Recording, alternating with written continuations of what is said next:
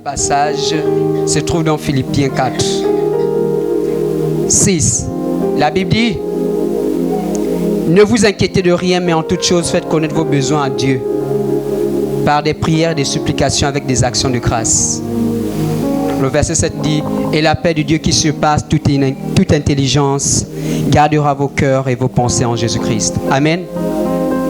J'aimerais que l'on parle de quelque chose aujourd'hui de si particulier. C'est la proclamation.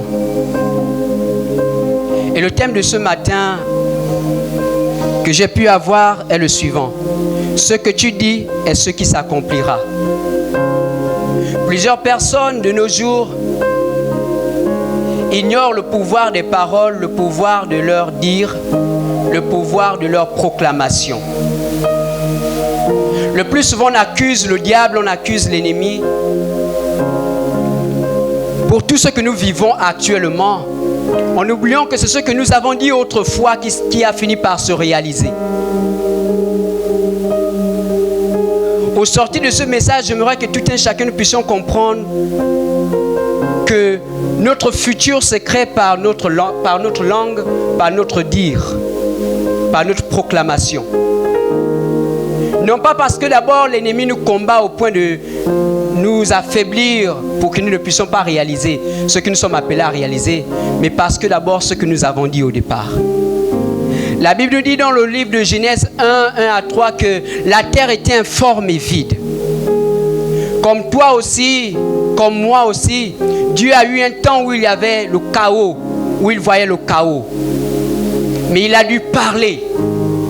La Bible dit, et Dieu dit, et cette chose s'accomplit.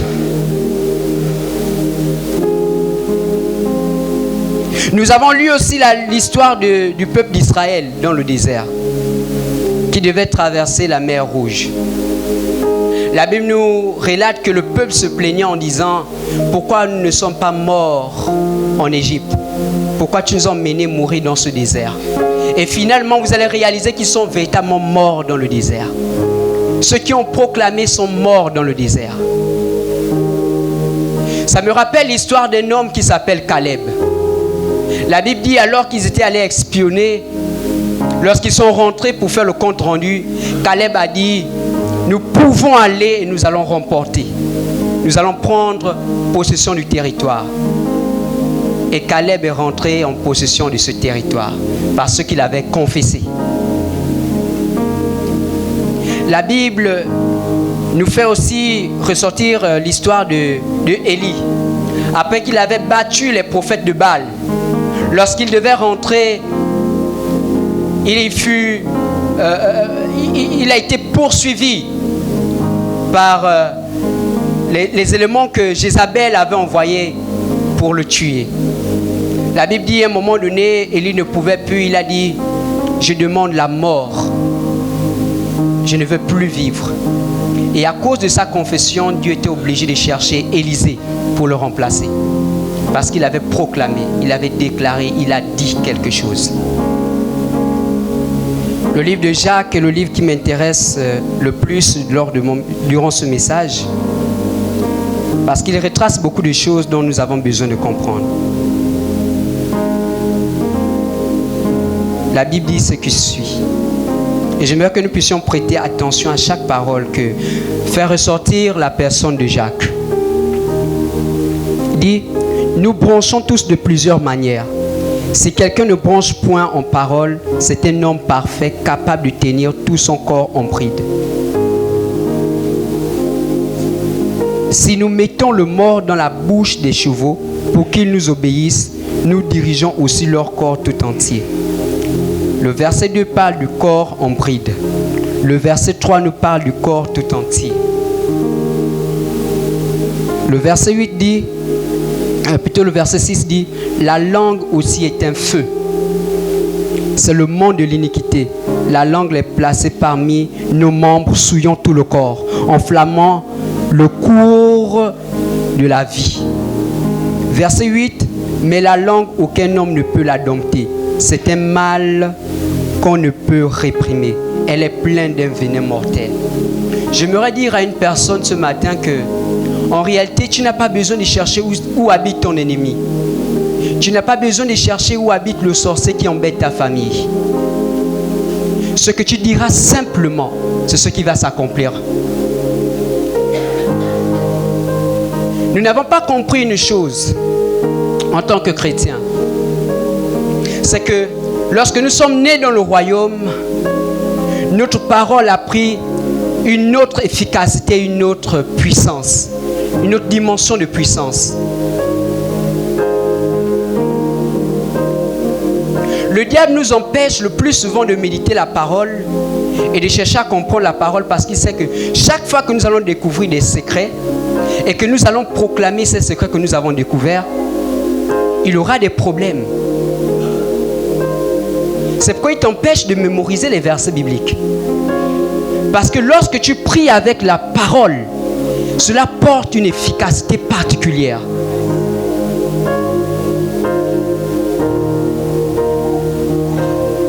La Bible dit que la langue aussi est un feu. Elle peut embraser des forêts. Elle peut embraser des vies. Par ta langue, tu es capable de créer ton futur. Par ta langue, tu es capable de détruire ton futur. Par ta langue, tu es capable d'emmener des choses qui n'existaient pas à l'existence. Par ce que tu proclames.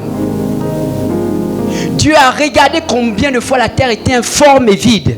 Et il a déclaré des choses. Si tu regardes bien au plus profond de ta vie, tu vas te rendre compte que c'est ce que tu as toujours dit qui a fini par se réaliser. Non pas qu'une personne est venue parler à ta place, c'est ce que tu as dit. Lorsque tu as dit que tu étais fatigué, que tu ne pouvais pas travailler, c'est alors que tu n'as pas pu travailler. Lorsque tu as dit que ton enfant était malade et que cette maladie était vraiment grave, certainement il devait mourir. C'est alors que ce que tu as confessé est venu à l'existence. Plusieurs personnes ont vu leurs parents être malades. Ils ont déclaré non, là c'est la mort. Et la mort est venue parce que tu as dû parler. Je suis venu te dire ce matin, fais très attention à ce que tu proclames. Fais très attention à ce que tu déclares. La Bible dit que ta langue est devenue un feu. Ta langue est un feu. Si des simples païens peuvent parler sur la vie de plusieurs personnes et la malédiction peut s'abattre, combien de fois à plus forte raison toi, qui es du royaume? Ce que nous ne mesurons pas, c'est que Dieu nous a créés avec la capacité de faire, mais avec la capacité de proclamer et de voir ces choses venir à l'existence. La Bible dit, Dieu a dit, créons l'homme à notre image et à notre ressemblance, et qu'il domine, qu'il règne, qu'il assujettisse. Mais par quoi? Non pas seulement par son travail, mais aussi par son dire, par ses paroles. Qu'est-ce que tu proclames actuellement dans ta vie? Qu'est-ce que tu déclares actuellement dans ta vie? Le peuple est mort à cause de sa déclaration dans le désert. Ces choses leur sont arrivées afin de nous servir d'exemple. Je suis étonné de comment Isaïe parle dans son passage 44.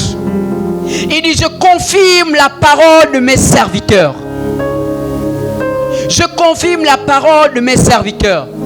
J'ai vu plusieurs anciens, plusieurs diacres, plusieurs frères dans l'église passer des moments difficiles parce qu'ils ont parlé contre le serviteur de Dieu. Et lorsque le serviteur de Dieu s'est rapproché auprès de Dieu dans la prière en disant, Seigneur, pourquoi vont-ils me critiquer de cette façon? Qu'est-ce que j'ai fait de mal? À cause de ce que le serviteur de Dieu a parlé, les vies des gens ont été bloquées. Parce que le serviteur a parlé. Faisons très attention à nos déclarations. Caleb est rentré dans le pays à cause de sa déclaration. Il faut trouver digne aux yeux de Dieu à cause de sa déclaration. Fais très attention à la manière dont tu parles sur ta vie. Depuis le jour où Dieu m'a fait comprendre